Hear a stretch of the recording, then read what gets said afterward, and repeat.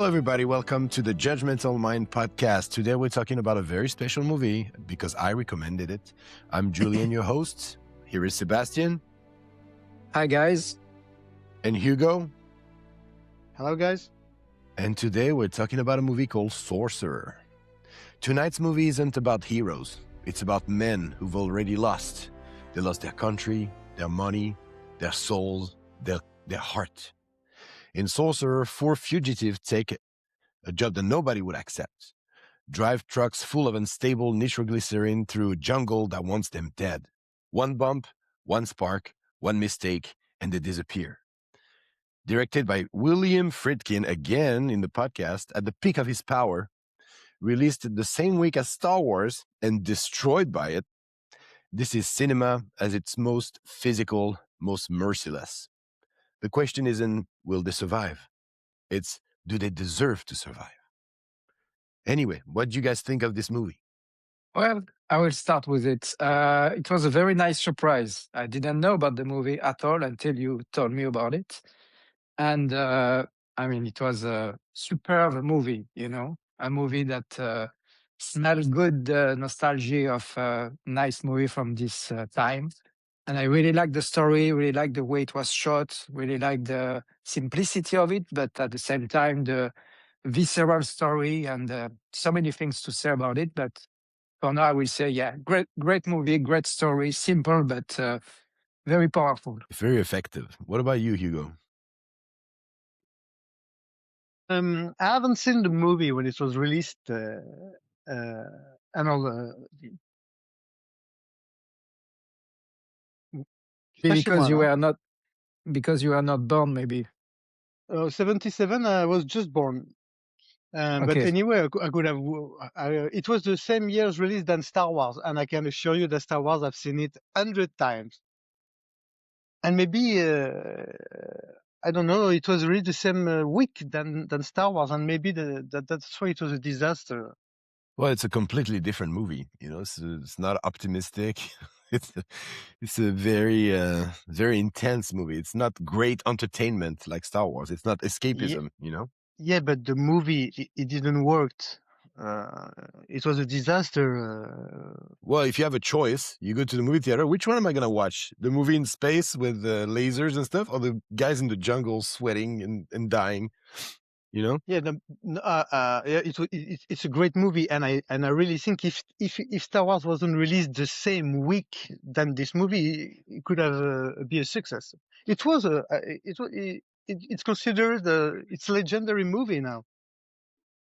Yeah, like you said at the beginning, it's a cult movie.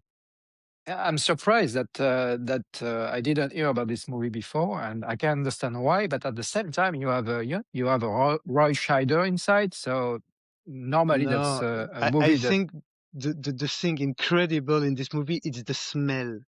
I'm with those guys, in the jungle.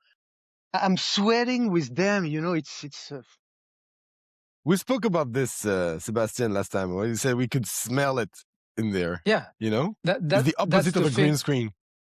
Exactly. That's why I say the word visceral. I don't know if you can use the same in English, but it's like, it's like you are inside the movie. And another thing as well is the reason why you feel so inside the movie is that I heard and I read that Friedkin was doing documentary before he was doing filmmaking. And you can feel that in a way he shoots scenes and people and everything. And that's why you feel like you are inside the movie and not only watching it. Yep. It feels like a real thing. Yeah, exactly. So if we go back to the beginning of the movie has, I think, 4 acts, maybe not 3. I don't know. At least phase 1 is the 4 backstories of the characters. Our 4 main characters are Nilo, who's got the shortest backstory. He's an assassin, and that's it, right? He's just shoot a guy, and then it's 2 minutes. Yeah. We don't need to know too much about him. And he's a Spanish-speaking assassin. He's not a because when I first watched the movie, I thought he was going to be some Mossad type of guy because he goes and shoot the ex-Nazi guy. You know what I mean? But anyway, then we move to Jerusalem, where Kassim Kassim is a Palestinian terrorist. And by the way, the explosions are insane. Insane. I don't know what you guys thought, but Yeah, it's crazy. it's How did they do it? incredible. In Jerusalem, there's people in front of it and everything. What the fuck? Did they just blow up Yeah, people? exactly. Took a real terrorist. Let's do it. It's explosion in the movie are really a big part of the spectacle, and it's they are very well done on the movie. But the first one, I was very surprised because I said to myself the same things I knew. How did they do it? It's in the middle of the city. I mean, it's no montage, it's no CGI, of course. At the time, it wasn't, it didn't exist, and you can see real people jumping on the floor and everything. So it stuns guys. It's very well done, for this time. Yeah. Until So the Kassim, beginning, the right beginning, we are in the movie. We can already smell everything. We are in the action. It's like a 3D or I don't know. yeah, You are completely inside the shot. it's a very Yeah. sensory movie. Your senses are called upon. So in Jerusalem, Kassim does that. Then he gets caught. No, he doesn't get caught. Everybody else get caught, and he escapes. That's the first backstory. Were you saying something, Sebastian? Yeah. I wanted to add something about the explosion and what you said, Hugo, just now. That the fact, like I said earlier, that the fact that Friedkin was good at documentary.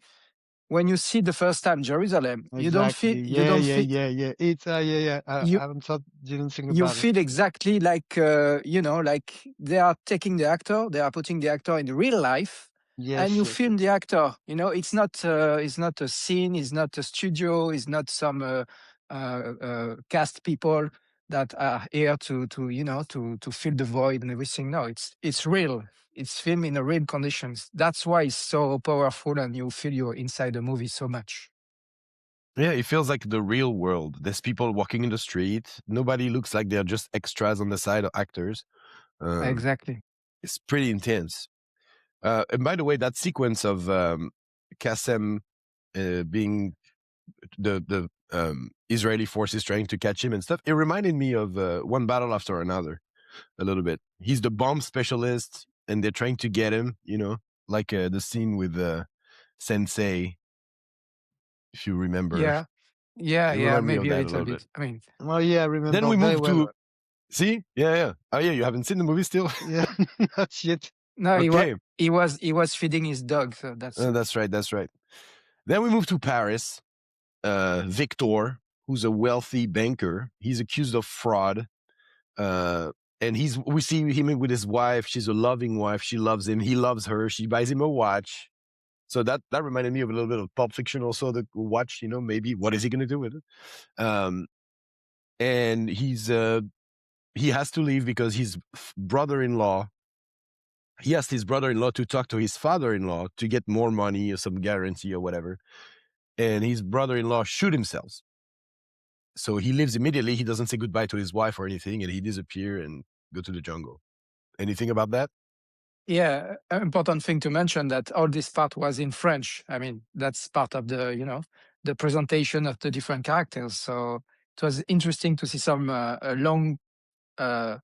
long scenes shot in French, at the beginning of the movie, and very surprised to see, of course, a very well-known French actor at the time, Bruno Crémer. Oh yeah, Yeah, it was Bruno. interesting. Bruno is fantastic. He's got a good face. See, I'm not really familiar with this guy, but he's got a good face. Again, we can talk about that later, but quote unquote ugly actors, I miss that. I miss that a lot. Okay. And then we move to New Jersey. I mean, surgery didn't exist. Maybe Brad Pitt is very ugly, in fact, But that's the thing with Bruno Crémer and the other actors. In French, you can say they have a girl, they have a face, they have something Yes. in their face. Mm. Then we move to New Jersey. Jackie, who later in the movie is called Juan because he changed his name. He drives a getaway car for a mob heist, and they go to a priest, like to the church. But by mistake, they shoot the church. They wanted to steal the money, but they shoot the church. the priest, but the priest is the brother of a mob boss.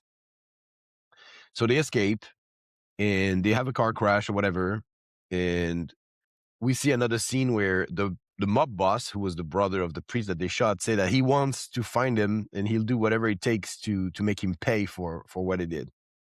And that's it. That's the last time we see these four guys. Do you guys have anything before we move on? It's okay. You're doing Okay. well. Okay, great. Fantastic.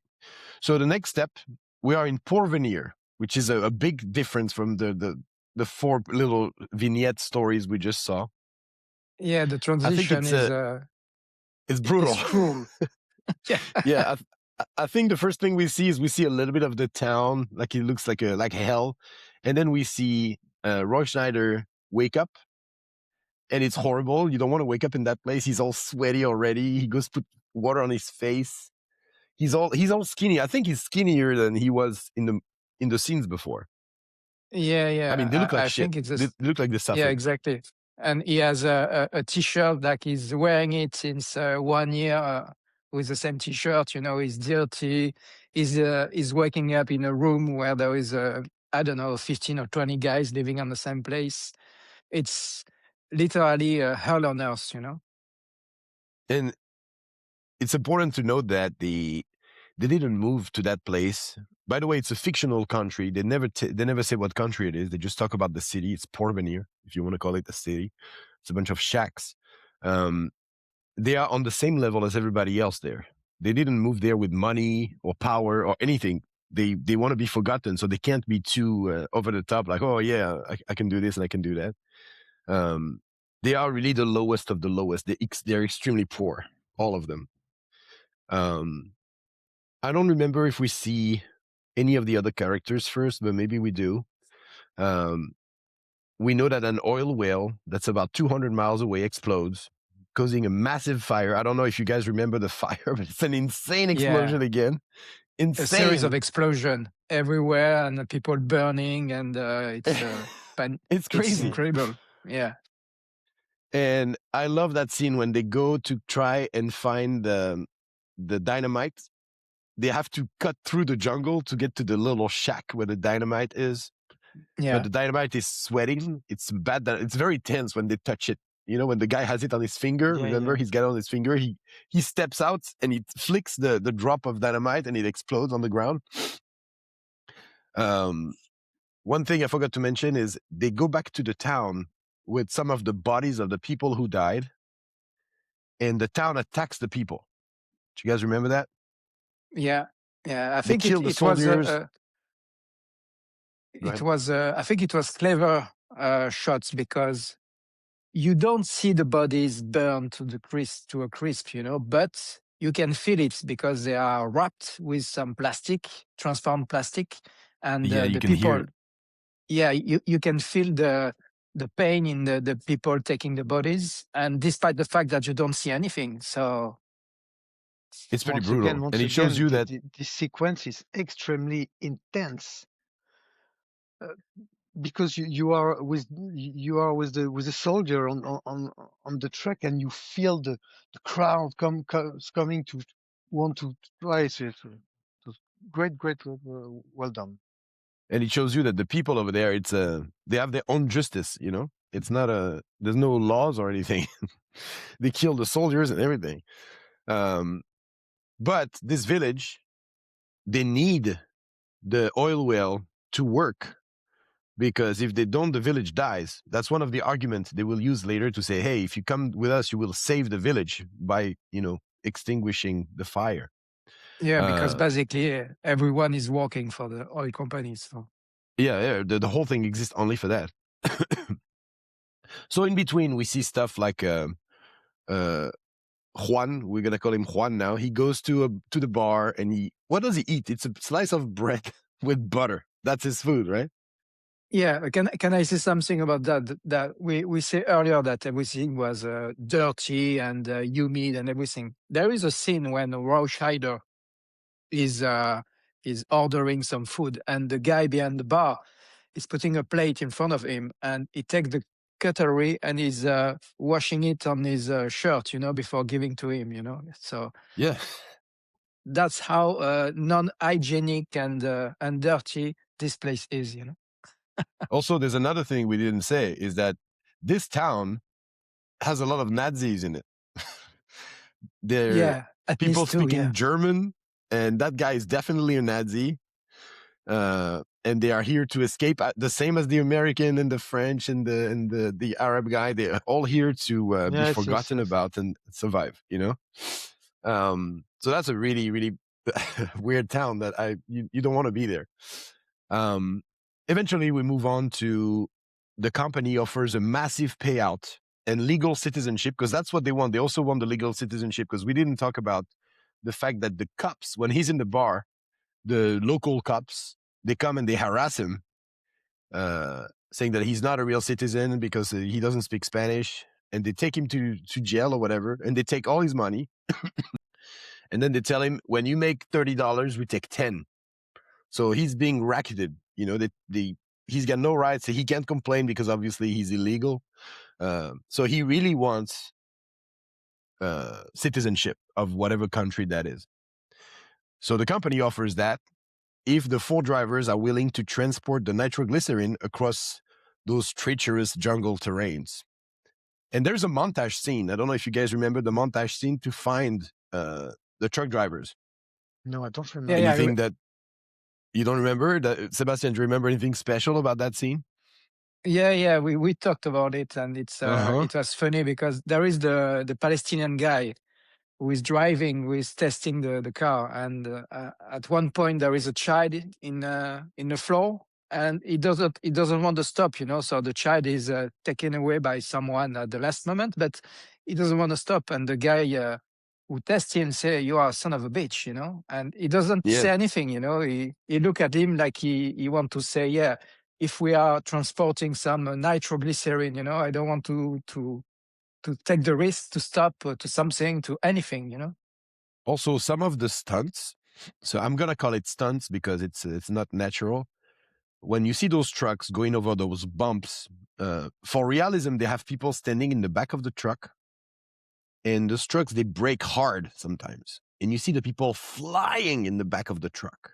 Oh, yeah. And it's real. It's not fake.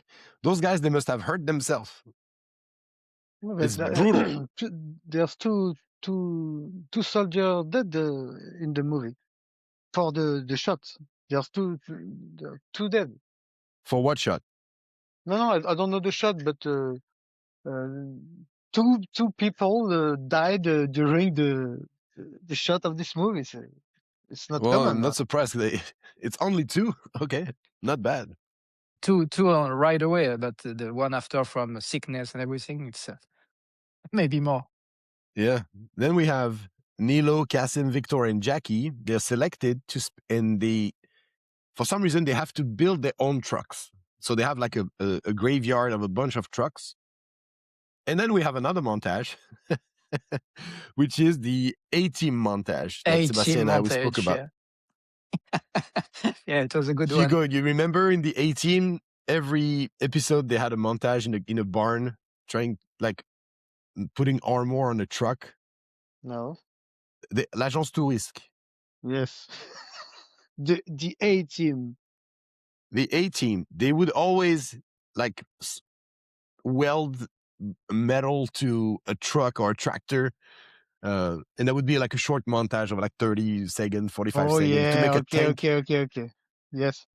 Well, it's exactly I the same get thing, it. and that was before the A-Team. So I think Okay. they saw it and they copied that, because that's a pretty badass montage.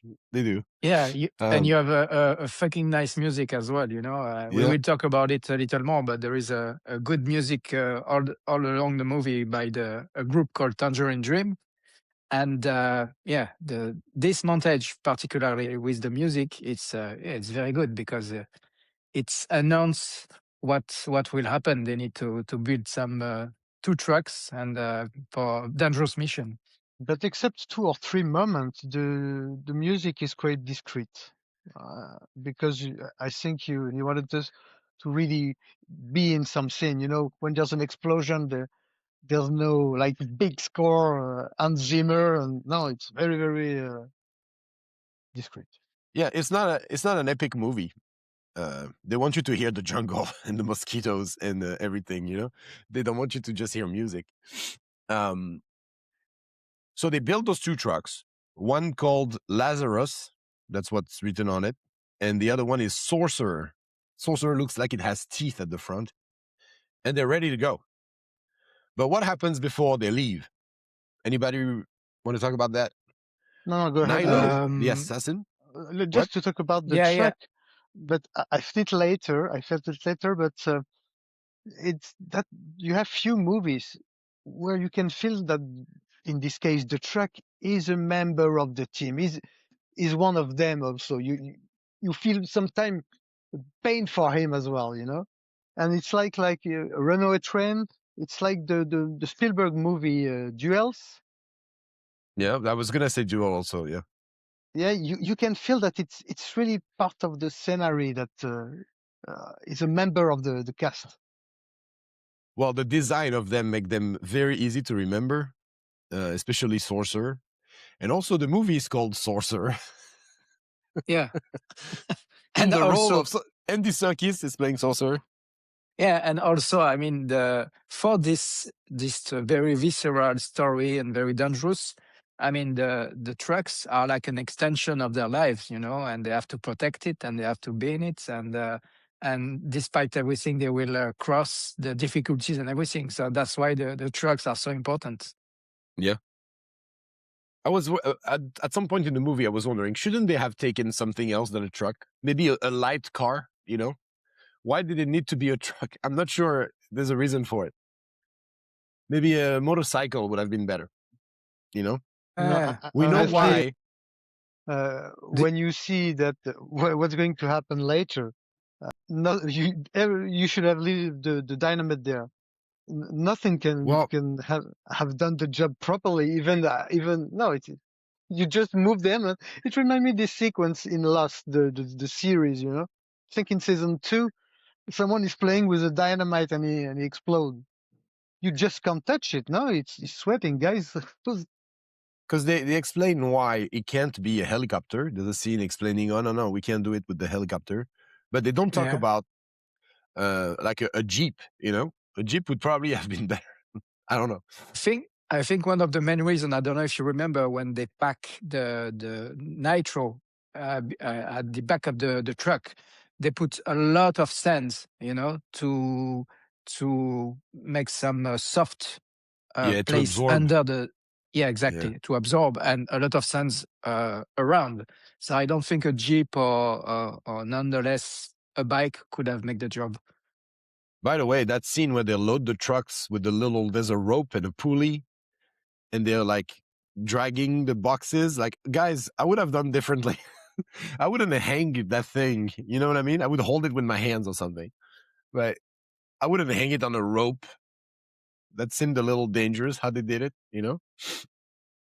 Yeah, myself, So I would have tried not to be in this place. yeah, also, First. yeah. So Your father, before they leave, Gauzen, I'm sure he was in a place like that. Yeah, I can guarantee it. I guarantee it. Before they leave, I forgot, but there was a 4th guy that was selected, but he gets killed by Nilo because he was an ex Nazi. Yeah.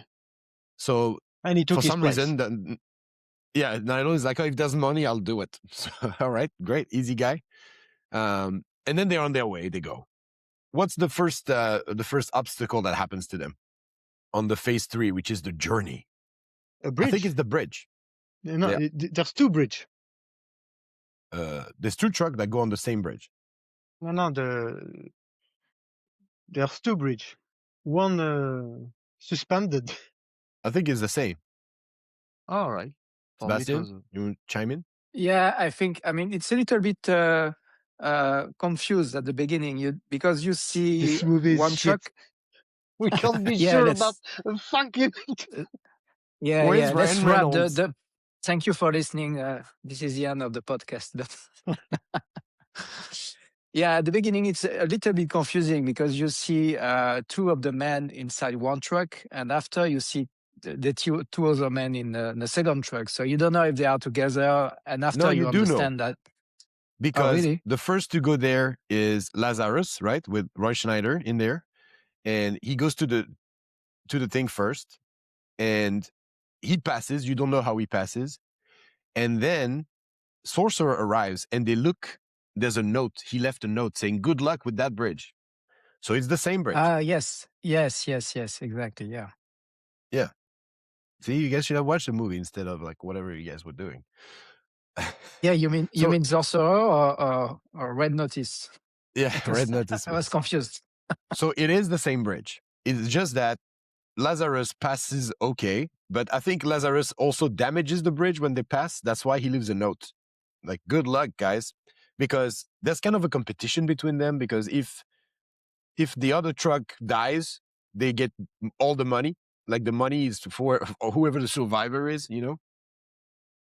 Yeah, and because there is a reason why there is two trucks. I don't think we said it already. It's because it's to mitigate the risk. You know, if one truck is exploding or doesn't arrive at the end, at least there will be another one, because they absolutely need the nitro to blow up the oil. And that's how the French guy negotiates for more money, by the way. He says, "Oh, there's two trucks that means you don't think both of us are going to make it. So we want more money." Can we talk about that bridge scene? I love Yeah, the. I that was think the there are first. things to say about that scene. When the second truck is trying to pass the bridge, you have this guy in front of who want to go a little bit left, and it's raining. It's just you're exhausted with him. You know, it's just very very. I think you're talking about the second The scene second on one, the yeah. bridge. The second one, yeah. Yeah, that's okay. also not Lazarus. Yes, the second truck. I think when Sorcerer comes in, Nilo say, "I don't want to do it," but Roy Schneider grabs him and he's like, "You do it. You have to do it." So anyway, they do it, and somehow they're successful. We don't know how they do it, but they do it. They pass through. Then they leave a message, and then the real problem starts with Sorcerer, and they argue again. These two guys argue, Kassim and Victor, who's gonna drive the truck and who's gonna push, who's gonna guide the truck. For some reason, Kassim listens to Victor, and he does the. Victor takes leadership of the situation, and it's a grueling. What's 10 minutes? Is it 10 minutes?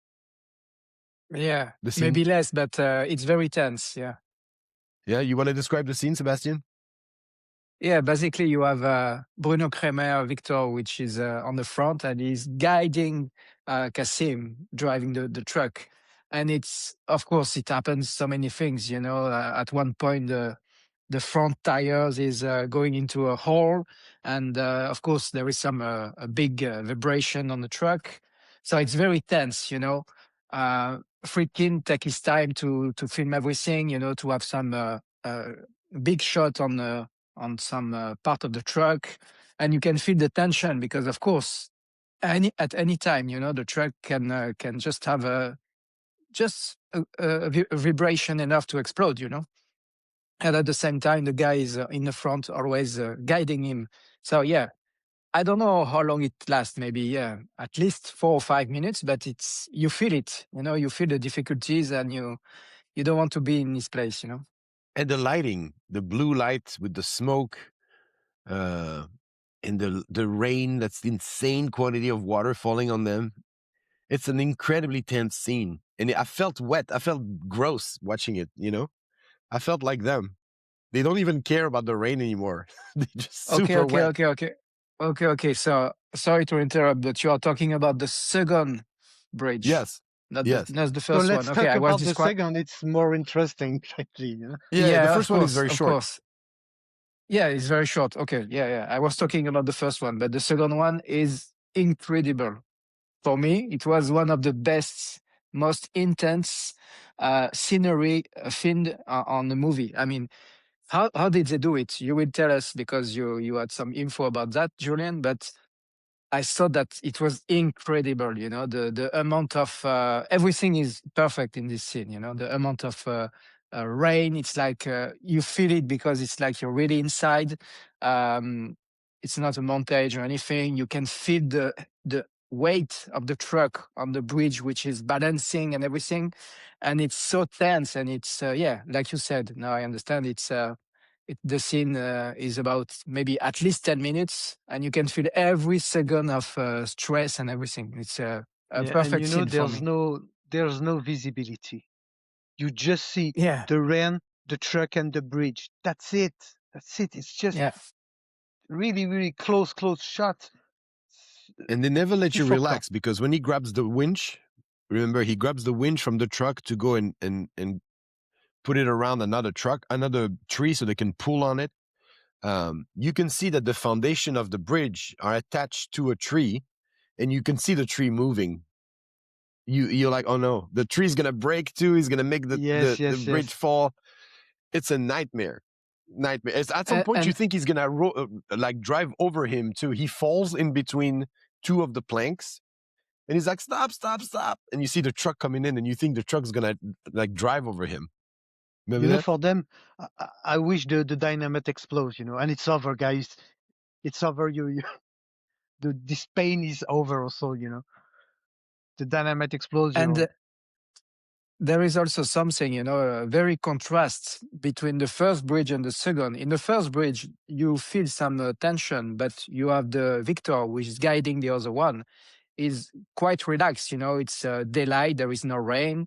It's difficult, but it's no comparison with the bridge balancing under the rain. When you say the first bridge, you mean the place where it's just planks. It's not really a bridge. It's a turn on the mountain, and there's a hole underneath. Okay. Yeah. Maybe I don't use the good word, but yeah, exactly. And in the second scene, so with the big scene on the bridge with the rain and everything, it's as difficult for the guy inside the truck as for the guy outside. It's you feel the tension and you feel the difficulties, and it's horrible. You don't want to be in that situation. And when you think he's gonna get better, it gets worse, because he's standing on the side of the truck by the door, and suddenly you hear like some sort of zombie music, and he's hit by a bunch of branches that are passing through on the river. Remember that? All these branches and these dead trees that attack him. So he's got to do that, and he's got to take his machete and cut all this wood, while the other guy is trying to pull the winch around the truck. So there's a new fighter joined the fighting, which is the tree that's attacking him. He screams like, by the way, the scenery, the shots that is on the movie poster is from that scene.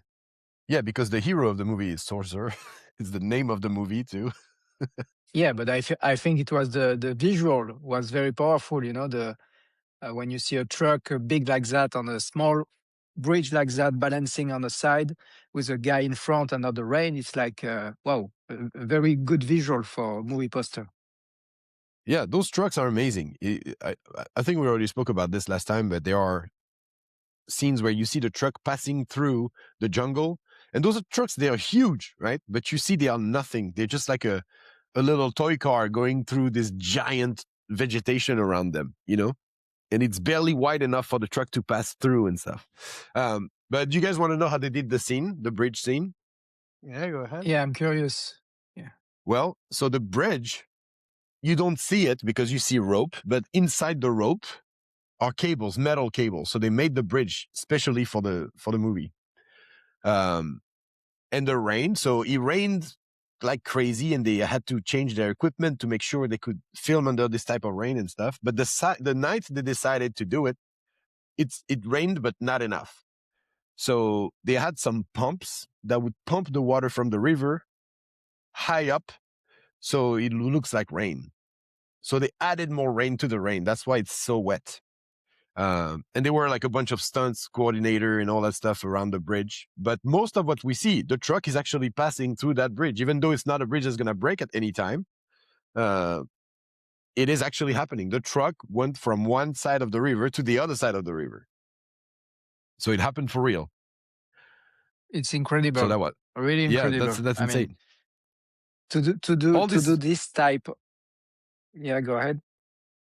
all this time where you see like a plank breaking under the wheel of the truck, and you're like, oh no, it's bad. Yeah. Well, it happened Yeah. for real. They had to break pieces of wood with the truck, Yeah, I mean, I don't know if it exists, but I would have pay a lot of money to see a real behind the scene of the movie.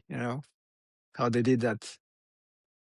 It's like if they had to make it today, the trucks, the scene would be the worst scene of the movie, the bridge scene, because it would be just CGI and whatever. You know what I mean? Yeah, Yeah, of but course. all the movies, We- Paris will have and Palestine CGI also, yeah? Or It would studio. all be green screen, and the bridge scene would be The Rock pulling the truck himself with a rope. You're just walking, pulling it, and that's it. And not to mention a big part at the beginning where you have a guy who say to another guy, "We got a job and we need a team." yeah, I mean, you son of a bitch. That Yeah. would be it. Okay, so that's the big scene of the movie, the big scene. But there's more. There's more coming up. They arrive after that. They think everything is fine. Woo, we did the big difficult thing. That's great. But they arrive to a place where a giant tree, has fallen in the middle of the road, and that's when they start losing it. Like their mind is broken. Juan and Nilo argue, and Nilo has to get his gun out to show, hey, you can't mess with me too much because I have a gun. And then the crew of the other truck arrives, and they have to do another montage to solve that problem. It's like a Do you guys, MacGyver what do movie, you in guys think? fact. Yeah, exactly. It is a dark MacGyver movie, yes. I think it's a dark Oh Brother. Like there's things happen, like there's 4 problems, It's like Oh Brother, but in a dark way. Because they're the real soggy bottom boys. Yeah, The in a sweaty sense, yeah. bottom boys. Yeah. Any comments about that fallen tree problem they have? No, I mean, yeah. it's like guys, they have to go forward. They don't have the choice anyway. So even a tree. Have you seen the size of the tree that they blow up? Is huge. In Yeah, France, we don't enormous. have tree like this. Yeah. But that's how you realize that you're inside and eaten alive by the jungle. Everything is huge and everything can happen at any time and can stop anything. I think that scene was important to show the value of Kassim, because they all have their own specialties. Bruno Kremer, for example, his specialty is leadership. He's a good leader. Roy Scheider, his specialty is problem solving. He's always trying to find a different route. Bruno Kremer is like, no, we follow the map. At the beginning, they disagree, right? And Roy Scheider is, no, I'm going to go this way and you go the other way. It doesn't matter. So he tries to find different solution. Nilo, we'll see later, his specialty is killing people to, violence. And Kassim, his specialty is explosions. So that was the scene for Kassim to show that he can do something useful. Yeah. Yeah, Allahu Akbar. Voilà, the end of the podcast. Forever. It was a good it was a good run. Somebody's knocking on my door. Guys. What is this? But yeah, so because for the whole movie, I didn't like Kassim. He was annoying. But now finally he's useful. He can do something. So they do this montage in a very, very tense situation when he set up the bomb. They all run away like crazy and he's there alone by himself. You guys remember that? Yeah. Bruno Kremer is running a little bit like Arnold Schwarzenegger in Predator when he's yes, and he runs like 5 miles away. Yeah. So they explode the tree. Go ahead. Yeah, I want to say something to add to this scene is the explosion of the tree. Once again, the explosion, it's amazing. It's a real explosion. It's a real explosion, definitely. You can feel every piece of wood, Yeah, the particle everywhere. It's crazy. Exactly. It's incredible. Yeah, I agree. One thing that I forgot to mention that happens before that is they have like some local Indian family walking on the road at some point. and the father yeah. wants to play with the truck. Yeah. But like he doesn't know that if he does anything wrong, the truck might explode. That's pretty intense scene too. You know, the innocence of the locals, they don't know what's going on. Yeah, he's joking, and he's smiling like he's a little bit like a joker, and it's a very strange moment here. Okay, so that was that. They passed that problem. They all relieved at the end. Oof, okay, great. That was the biggest thing. After that bridge was hard, but this was harder, right? Am I right, guys? But we can see that they learn to work together in this one, even though they, at the beginning of the scene, Nilo and Roy Schneider were gonna kill each other. Now they had to work together. Remember, even Nilo is useful because they use his pocket. They take his pocket. Yeah. Remember it's that? true. So Yeah. he contributed. Yeah. He contributed to the thing. And right before that, Roy Schneider was thinking, all right, I'm gonna make a different route. I'm gonna cut those 8 trees or 18 trees or whatever, and turn left instead of going over that big trees. Remember that? So he grabs a machete and he starts like to cut the jungle by himself, like he's gonna work just because he's mad. But anyway, so the group becomes more of a team together this time. Yeah, it's true. It's true. And then, now that everything is fine, the next scene is Victor and Kassim. They're in the truck, and they're talking about their personal life, which normally they've never done before. You know, they're like very mysterious and, oh, don't worry, don't ask me questions. But now this time, Victor starts talking about his wife, and he shows Kassim the watch, and then everybody dies. Yeah. Sudden death, yeah. You don't know. He's showing the watch, and then he's like, "Oh shit!" And the truck falls on the side of the mountain and explodes, and they all die. And you can see the scene from the other truck that's miles away, and the camera shows the explosion that's miles away, and it's a real explosion. It's not CGI. So they had a huge explosion that you could see like 10 miles away. Remember that? Yeah. That's Roy Schneider. He sees like, oh shit! Remember, they see the explosion from far away. You can imagine what they felt, when you see your brother of pain. They all died in the explosions. It's fantastic. So they park and there also, by. Go ahead. Yeah. Also during this scene, I mean, you see them talking like basically like everything is done, and they seem happy to talk together, but you feel that something is off, that something is going to happen. You don't know what exactly, and it happened very suddenly, so it reminds you that I mean, everything can happen in this movie and at any time. And so Lazarus stops there, and they come out of the truck to look at it. What's going on? Oh my god, they're not very happy about their friends being blown up, but they know that they're gonna get more money. And then we have a bunch of guerrilleros coming up, the local guerrilla ambush. Those are the same guys from Mosquito Coast, I think. The same 3 guys or 4 guys that they always use. You mean before they get killed? The movie, of course, the movie reminds you Mosquito Coast. It's almost the same location, the jungle. Yeah. Dominican Republic for this one. But I didn't There's always enjoy Mosquito guerrilleros Coast anywhere you go. as much as I like Sorcerer.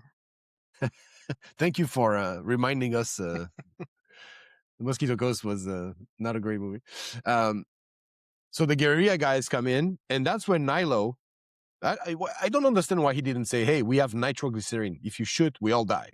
That's what I would have said. You know what I mean? Yeah. I don't know why he doesn't say it. I saw he the tells same them thing, we have food. He tells them we have food, and of course they want the food. But the whole time, the other guerrillero is telling them in Spanish, "Hey, bring them in the middle of the road so we can kill them." You know, they want to get them out of the truck and kill them.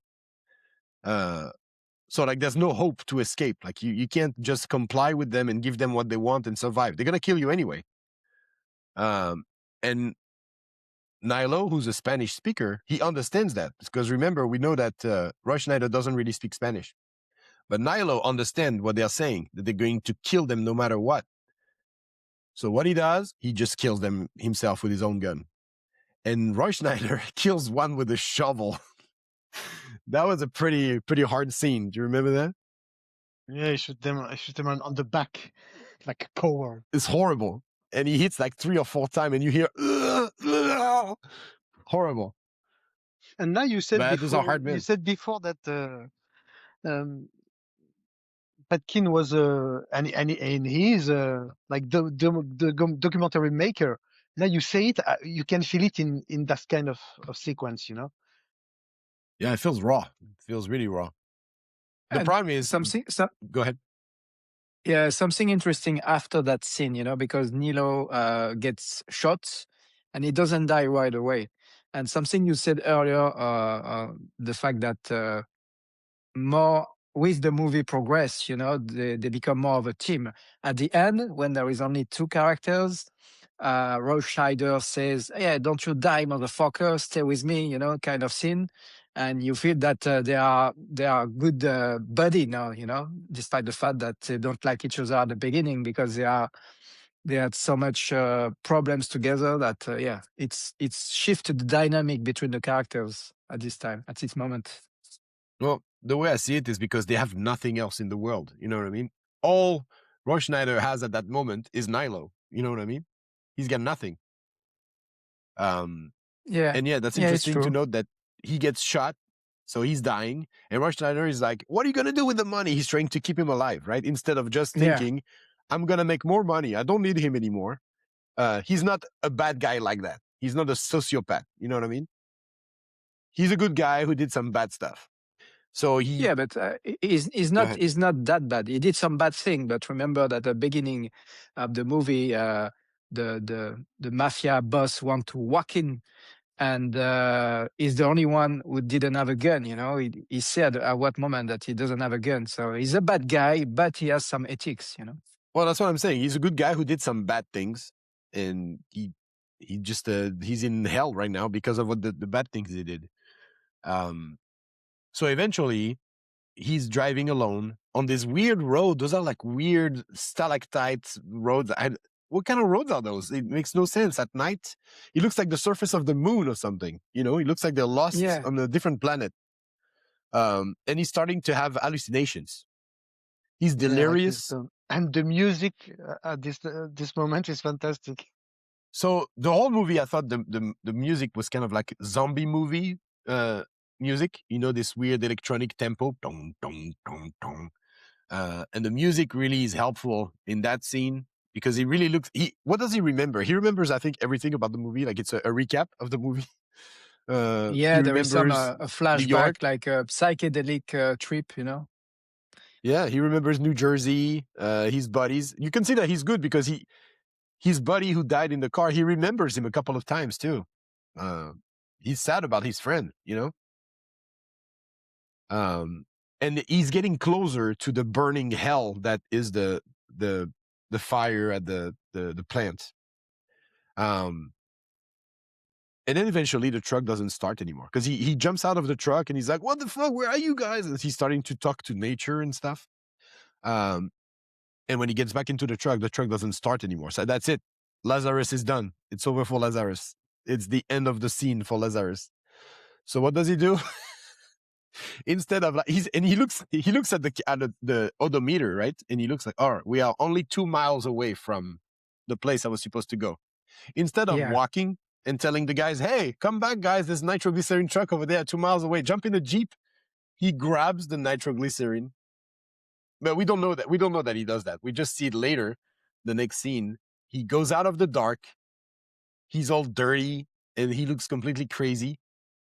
And he's got the nitroglycerin in his hand and he's walking toward the well. Big fire. Yeah. And the guys take it away from him and stuff. And that's the end for him. Weird choice that he made, but he wasn't really in possession of his own rationality at the moment. But he did it. He finished the mission. He did it. So he's supposed to get citizenship. What was it, 20,000 pesos or whatever it is. So he can probably start a new life. 40,000, yeah. Oh yeah, 40,000 now. Okay. Dollars, and not pesos, actually. Oh, it's dollars? I thought it was pesos. Yeah. When you see the check, it's yeah. Also, like in the 70s, $40,000 must have been a lot of money, especially if you live in a shithole country like that. You probably live 20 years. No problem. Yeah, yes, but it wasn't a million. Even so, it's not. Are you going to die for that amount of money? Yeah, but that guys, they had nothing else though. They had no Yes, hope. they have That was the nothing else. only hope. Yeah. Just for this amount, you can die. Yeah, And that's the point also, that their situation make them, even with the money, they are not free because they are on the run all the time because they are running from their past, and there is no escape from that, even if you have a lot of money. Exactly. Yeah. Now we start to see a reversal of situation for Jackie. He returns to the village in a helicopter. Now, like he's a real person now, before he was a piece of shit. Now he's a real person. Everybody in the village is like, costume wow. and everything. Yeah, he's clean.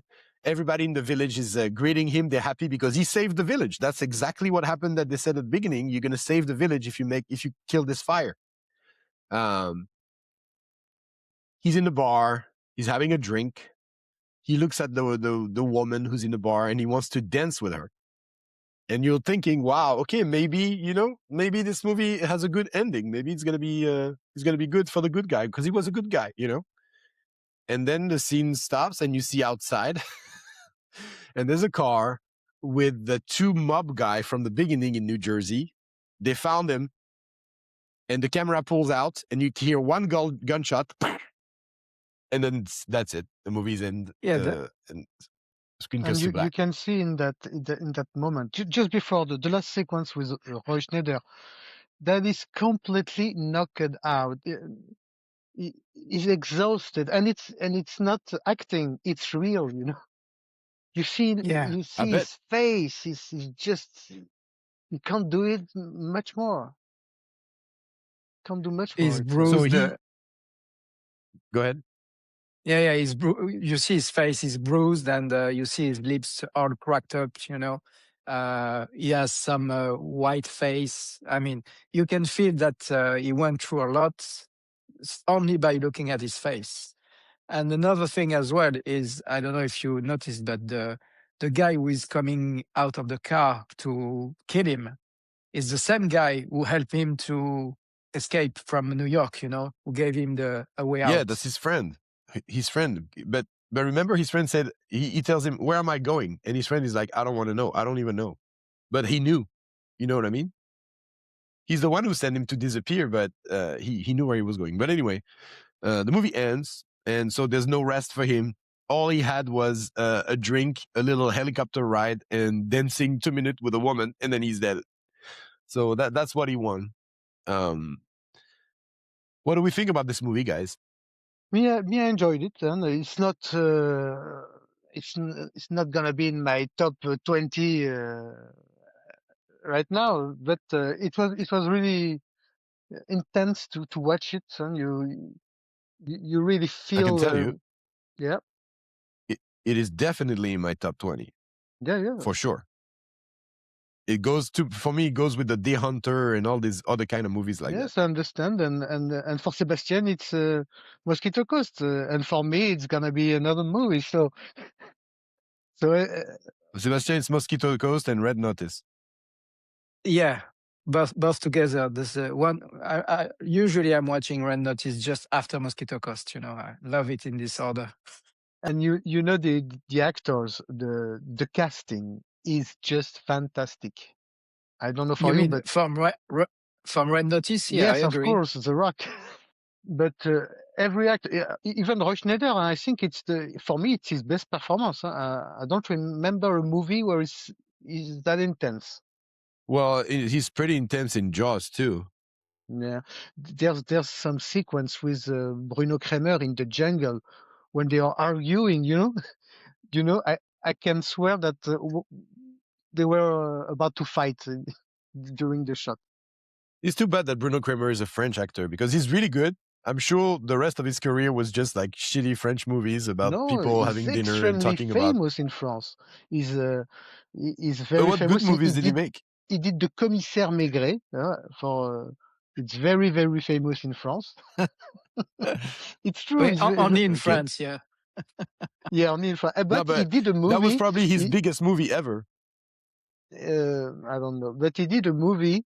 I don't remember the name. Martin Guerre, Le Retour de Martin Guerre, with Depardieu, and there was an American remake with Jodie Foster and fucking hell, what is his name? Okay, no problem. The other remake. So he did an American a French movie who was remade by American. Come on, just If you hold on. guys know, leave your answer in the comments because we're not gonna look it up. Why? So this guy, Bruno Kramer, he's awesome, and I think he's way better than Gerard Depardieu. I hate Gerard Depardieu. Oh, Yeah, me Olivia, too. I hate him. He would have been ridiculous in this movie. You know, he would have been weird, too intense guy. He would have been completely off vibe. He's not a great actor, but this guy, Bruno Kramer, absolutely awesome. I love him. But you know like I Yes, said, exactly.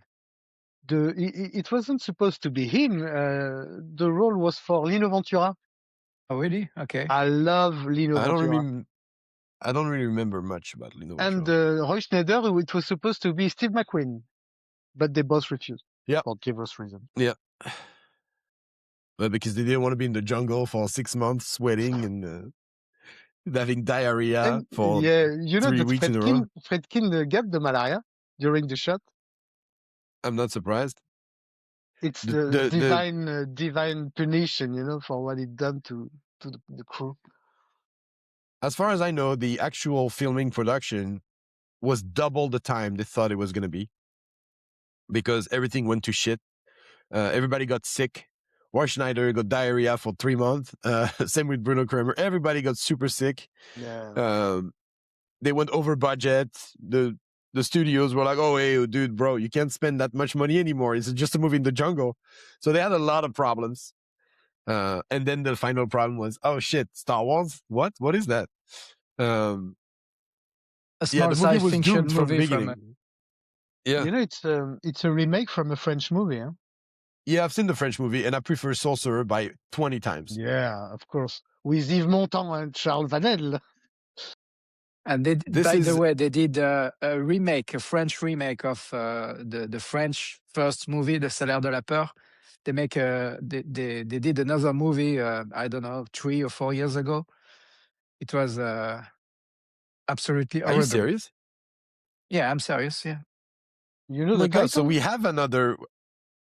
What is it called? Yeah, the title is Le Salaire de la Peur. The same. Le Sorcier. Oh, Le yes. Sorcier de la Peur. Yeah. I didn't know. It's with with some very new wave French actor. You know, there is some Anna Girardot, Frank Gastambide, and Alban Oh Lenoir. my goodness. Oh So- my goodness. It's My on God. Netflix, guys. It's on Netflix. Yeah. I'm looking at the poster. Oh my God, it's a bunch of guys. There's a girl too. Yeah. They're wearing tactical outfit and everything. What is going on here? It's look like a, Oh a my cheap God. porn movie. 20% Rotten Tomato. Oh yeah. This is Sebastian, exactly look at the poster, Sebastian. Look at it. Yeah, I saw. You have to I look saw. at It's like a Red Notice French version. You know. Or it looks like it's a TV show, like a Mythbuster Yeah. or something. You know. Or There's a girl. IY 5-0 remake. You know. Okay, There's like a please, hot woman. Sebastian, choose this movie for next week. Of course. We're gonna watch all the Wages of Fear, all of the version possible for 6 months. Oh my God, I had no idea. So anyway, it comes from a book. It was a book, and then it was adapted for the French movie. And then Friedkin said that he did his movie based on the book and not the French movie. Yes. But you So know what that's he why- did, Friedkin? He invited the French movie maker. Writer. Yeah, no, the movie maker from the Wages of Fear. And he'd say, okay, and I'm going to give you a percentage of the royalty of the movie. But he didn't get a euro because it was a disaster. Guys? Yeah, the What a director shame. of the director of the Wage of Fear is Henri Georges Clouzot. So Yeah. And he was supposed to have financiary royalties on the movie, but He didn't. Okay, so let me ask you a couple of questions. My first question was going to be, if we were remaking it, who would be in it? But I think we got the answer. It's these three guys and this hot woman wearing tactical clothes on Netflix. What an insult to the material. That's insane. Because That's an insult. That's insulting. Mate, they're doing that for too many movies. You know, they're thinking that they can take a good old movies and they can make another one more modern. You know, with young actors. But every time it doesn't work. It can't work. You know, it's. You know, I don't know why they are continuing to do that. It shows Hollywood is sick at the moment. I can't remember. You know, I have a lot of hope for Project Hail Mary. It can be a big shit. So when I looked it up, The Wage of Fear, the 2024 version, there's a Reddit thread saying that the movie was made to steal taxpayer film credit money. He says it's a generic action movie with a generic script. There's 4 gunfights in the movie. There's at least half a dozen SUV flipped over after being shot and exploding. There's multiple twists in Act 3 and a lot of slow motion in it. So yeah, wow. I want to see it now. It's going to be bad. It's going to be bad. I want to see it. Wow. What a shame. I don't think I can get over this. I need to see it. Yeah, that's the thing that you said earlier. That you know, if there was someone who wanted to remake the Sorcerer today, I don't think it could be possible. First of all, because like many movies of this area, they are good for this area, for this time period, you know, so it's difficult to transcribe or to make a new version of it. And after, because of no producer, no studio would have spent many money to, you know, to have some this level of rawness and authenticity and dangerous, you know, filming. But you So know, I don't think it would. Sebastian, be prudent, huh? Because you never know what can the studio can do. Huh? They can do madness those days. All right. Yeah, I have a little, I'm going to say something and you tell me if you agree or disagree. And if you agree, why and all that stuff. So here's the first thing. This is Friedkin's best movie. Agree or disagree? I agree, but I think I need to rewatch The Exorcist? the horror one, The Exorcist, because I really enjoyed the way he shot. Sorcerer, I love the way Friedkin shot. So I need to rewatch. But for the moment, it's my favorite one. And French Connection also, I need to rewatch. I rewatched French Connection recently. I think this is better, in my opinion. All right. Because, you know, we can talk about that, but Gene Hackman and Roy Schneider, they're the same kind of actor. They're ugly. You know what I mean? They have an interesting face. They look like regular people. Cows. Yes, I want ugly people in movies. Actors. Yes, I do. Because if it was made right now, it would be Glenn Powell playing Roy Schneider. And he would look like he smells good and he's clean and everything. So I understand what you say, but I don't think ugly is a good word. They have a normal face, you know. Yeah, but a normal face doesn't exist anymore now. You know, everybody's beautiful in Hollywood. So if you compare them to now, they're extremely ugly. You know, they would never be casted in even the nowadays. even the actors and actresses that are normal now and are beautiful naturally, they are doing some chirurgy and to Jim be Carrey. bad. Yeah, Jim Carrey, Bradley Cooper, and all right, my statement number 2. The characters are supposed to be likable.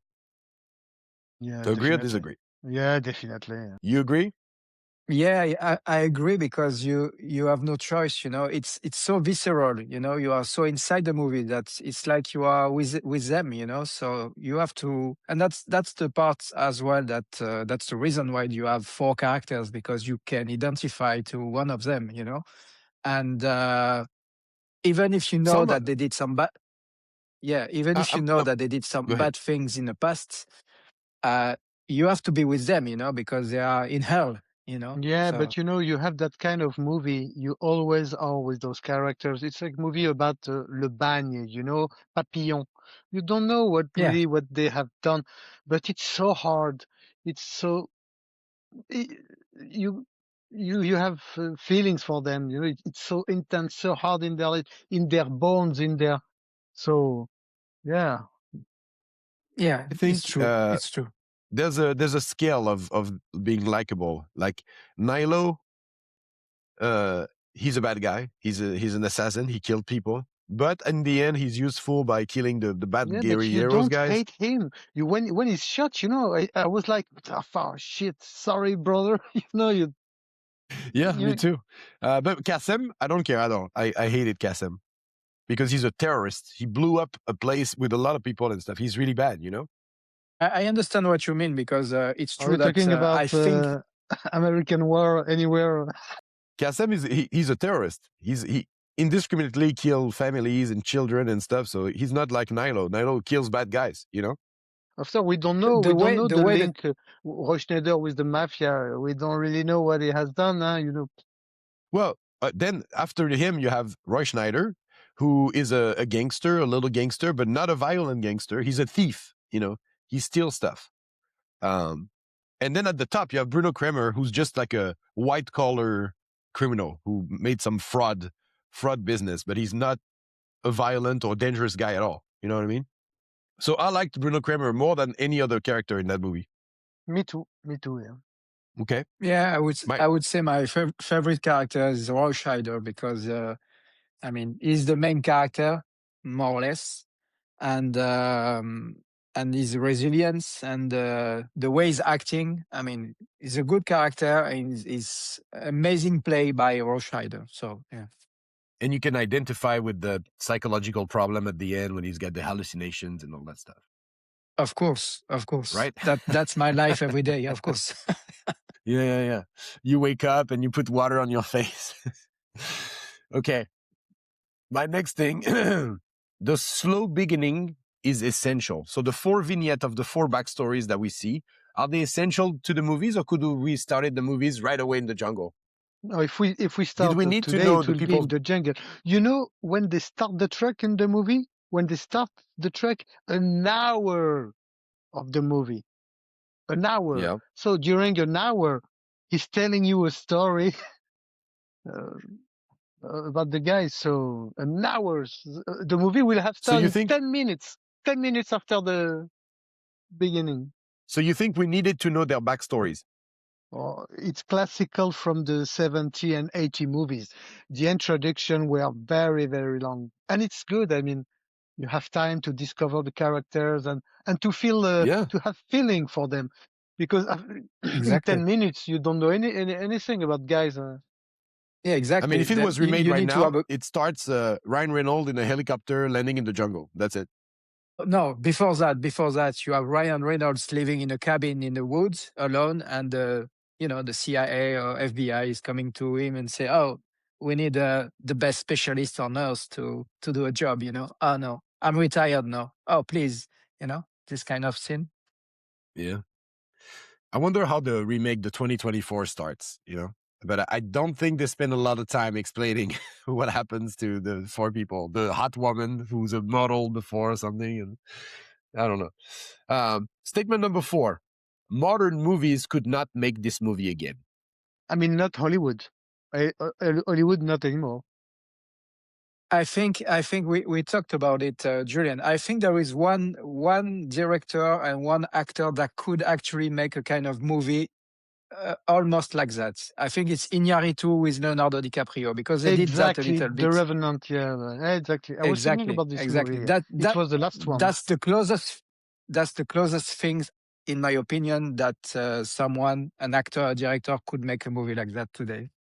Yeah, but Leonardo DiCaprio was famous. When that movie came out, Roy Schneider was not very famous. Yes, All the yes. actors were not very Oh, most of Friedkin he movies. did Jaws before Yeah, Sorcerer. yeah. So Yeah, that's true. He was the only, I guess he was the only famous guy.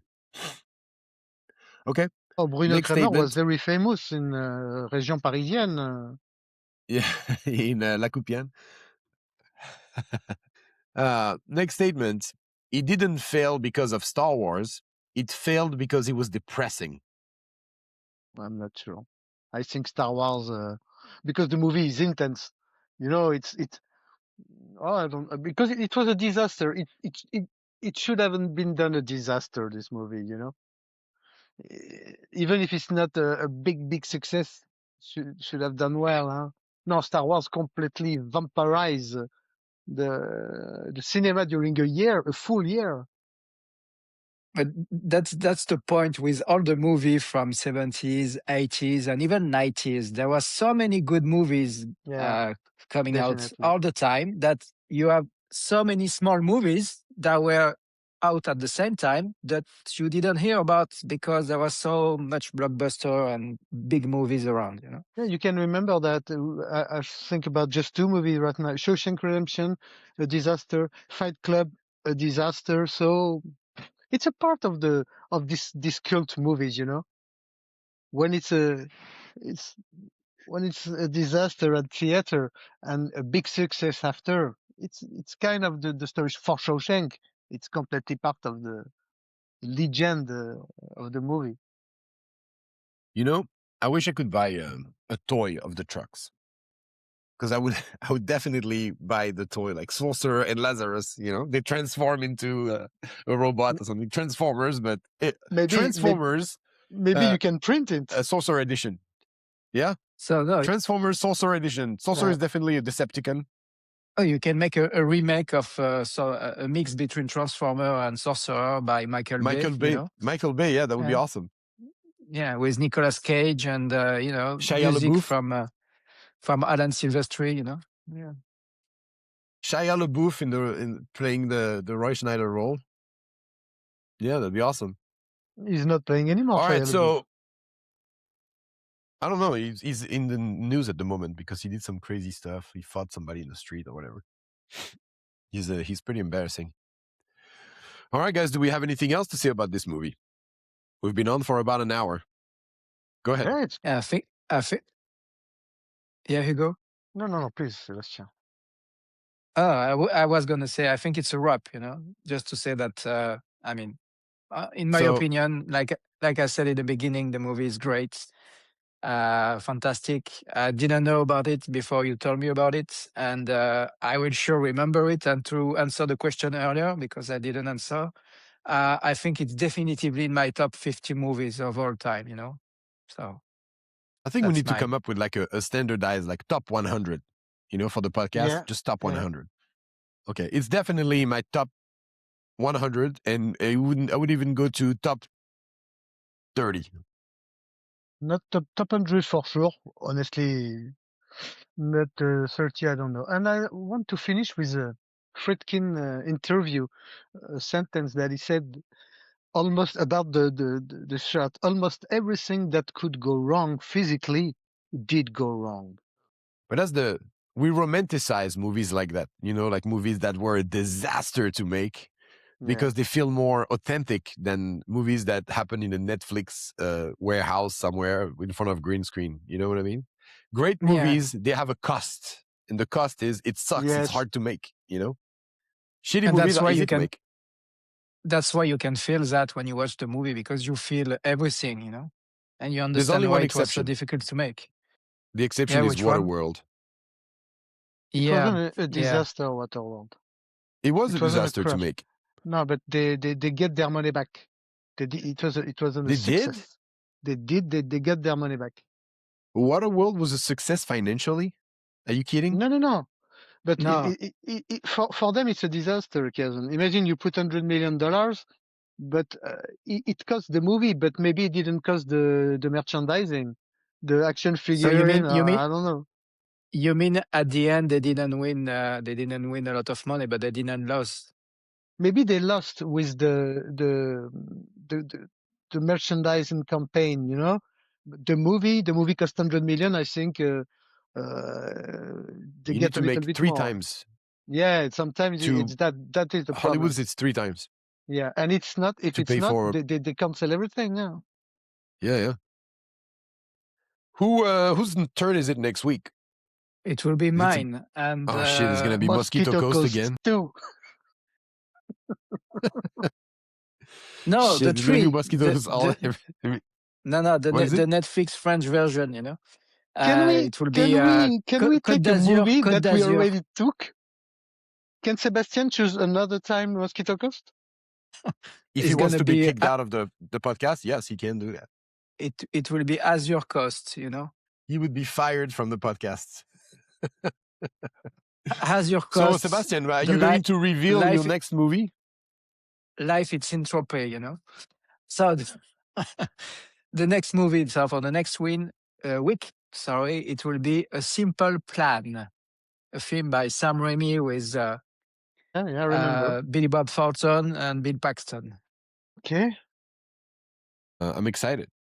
Bridget Fonda. Although I have to say, I used to be a big fan of Sam Raimi, and he kind of like, this past 10 years, he hasn't really made me very happy, I don't have a big. Yeah, you mean since Spider-Man, I suppose? Yes. No, we loved Sam Raimi before Spider-Man.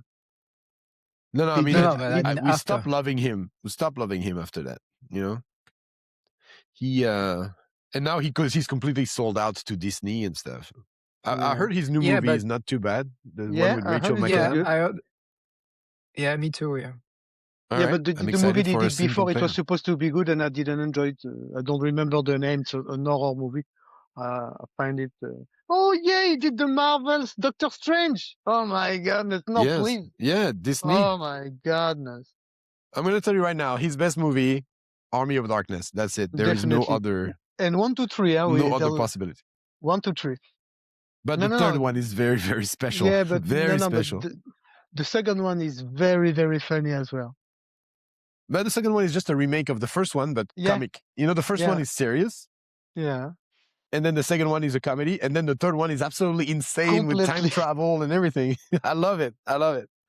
Maybe we need to choose. Maybe we can start talking about... Let's make another podcast, guys, about Army of Darkness. Sebastian, have you seen Army of Darkness? Hold on. I did not. All right, guys. So we're going to change the name of this podcast. It's Hugo and Julien explain movies to Sebastian. and Sebastian tried to convince them to like Mosquito Coast. Yeah. Kassim the only movie. Don't hate it. Huh? I'm the only one who hate it. I don't hate it. I just don't really like it, Despite Harrison Ford. Imagine if he was another actor. I feel like Sebastian want me to love my dad, and I can't accept it. Sebastian loves your dad. He worked for him. Yeah, he was your boss. Yeah, exactly. That's what I was going to say. He's loyal to the end, Yeah. All right, guys. We'll see you next week. And we're going to have to edit this podcast because we went on crazy tangents at the beginning. But we'll be back next week with some more. Leave us any comments and we can get better at being entertaining. See you next time. All bye, right. guys. Okay, bye, guys. Yeah. See you next time. Bye.